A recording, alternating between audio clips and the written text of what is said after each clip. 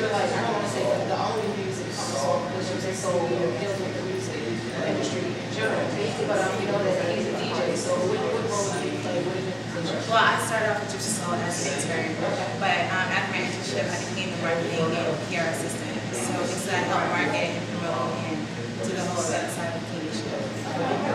And what made you decide to come on as an intern? Where were you before as far as career? Like, is this aligned with your career path? Was it just something that you stumbled upon and you just grew interested in? How did it work? Well, I definitely knew I wanted to do something along the lines of public relations, where I was doing events and getting to network and meet lots of different people on the local and regional spectrum.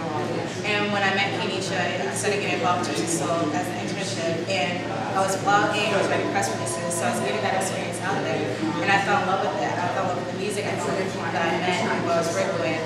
And when she offered me the opportunity to keep doing it on a different level, I definitely jumped on it. Now, out of everybody that you guys have worked with so far, you had like one artist or this artist whose the experience was like more memorable than others, or you had like a favorite experience as a whole, you know, the whole May I go first? You know, I can tell. I think each artist that we've worked with thus far, they bring their own spirit and energy. But memorable ones that actually stand out or continue to stand out would be Yasra. She's an amazing performer. You know, her voice, her vocal range. To me, I'm looking at the full package. And as a full package, that's a phenomenal artist that, you know, a lot of people are just miss if they get the opportunity to see her perform. You would fall in love with the arts, period. Music, theater, poetry, it's all there when you see her performance. Eric Roberson, he's also, you know, these guys are theater majors.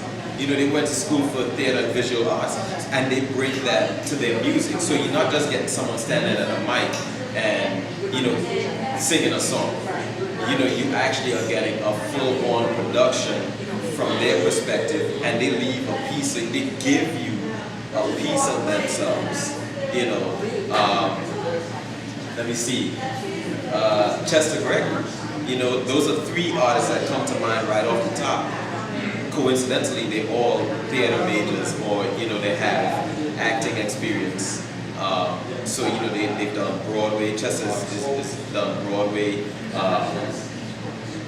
Eric, you know, if you actually listen to some of his songs, he would actually change who he is to suit that song. Like, you know, his persona, you could, you know, he channels that energy into the song that he's writing. So, you know, you actually get that from them when you listen to their music. To me, that's what stands out more from the artists that we deal with. They're independent artists, but they bring in what's missing in the music industry today. They bring in not just their entrepreneurial skills, and some of them are still learning. You know, because as an independent artist, you got to do everything. You don't have label reps, you don't have, you know, people promoting you. You have to do all of these things yourselves, or have a small core team with no budget. You know, or a limited budget. So to see these artists progress, now that's true entrepreneurship, and that's where, you know, you actually, it's grassroots, and you actually get a good feel for who these people are and what means something to them in what they do, and that's the music. For me, I would say Yasra as well, but I love the Jazz Fest when they came in, because they were just a great blend of hip-hop, jazz, and cool soul, and then they choreographed their show. It was like, you couldn't just sit down there and enjoy it. You had to stand up and get in with the music, so I love them. I like Jaden here when he came through. Chester Gregory a couple weeks ago, that was great as well. Who am I talking about? Okay. Now, where do you guys want to see yourselves in the next 3 to 5 hours? 3 to 5, I'm thinking radio show syndication, possibly sports DJ for, you know, some corporations.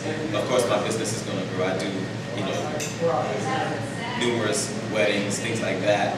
You know, that supplements what I love to do, which is play soul music. So, you know, I'm not always going to be playing what I love. I get a chance to. I'm blessed that I actually can play more soul music than the mainstream stuff that I'm not too, you know, that's not as, you know, pleasing to my own personal ears, you know. But 3 to 5, I'm thinking, you know, there's some pretty big things in store, not just for me personally, but for us as a team. For me personally, I just started my career, so I definitely see my career growing. I also started my own business. I see Gypsy still going national, so me hopefully taking it to a different city and starting out.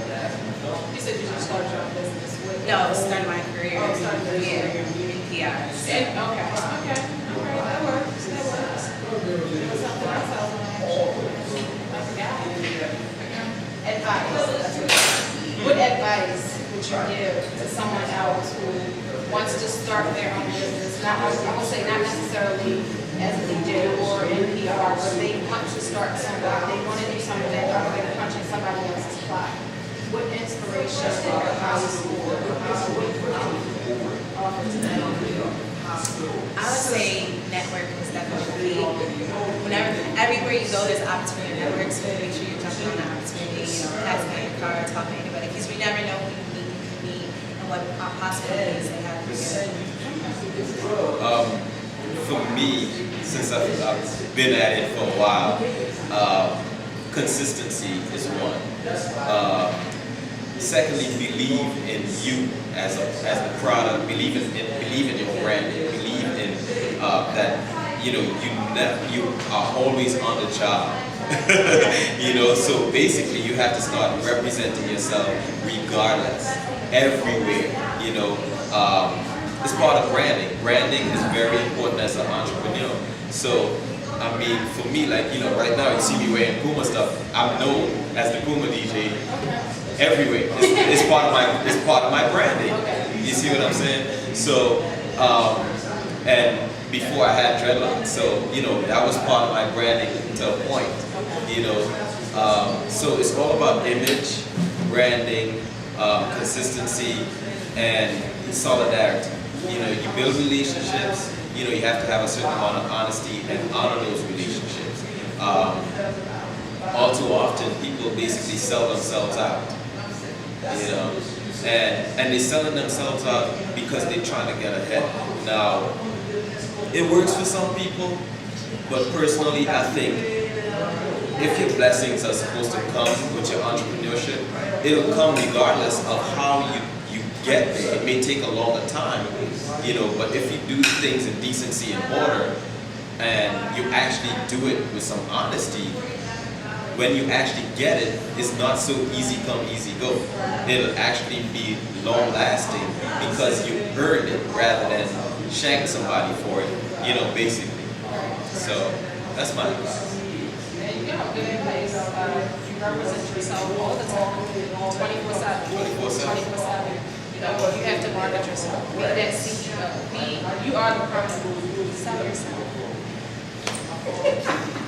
So yeah, this concludes my interview with these two guys for the entrepreneur issue. We're going to move on to the other half of the interview with Raven and Kanisha and Will. And from there, you will go ahead and read all the goodies that we have in store and the article, look at the video. Definitely check out the rest of the magazine.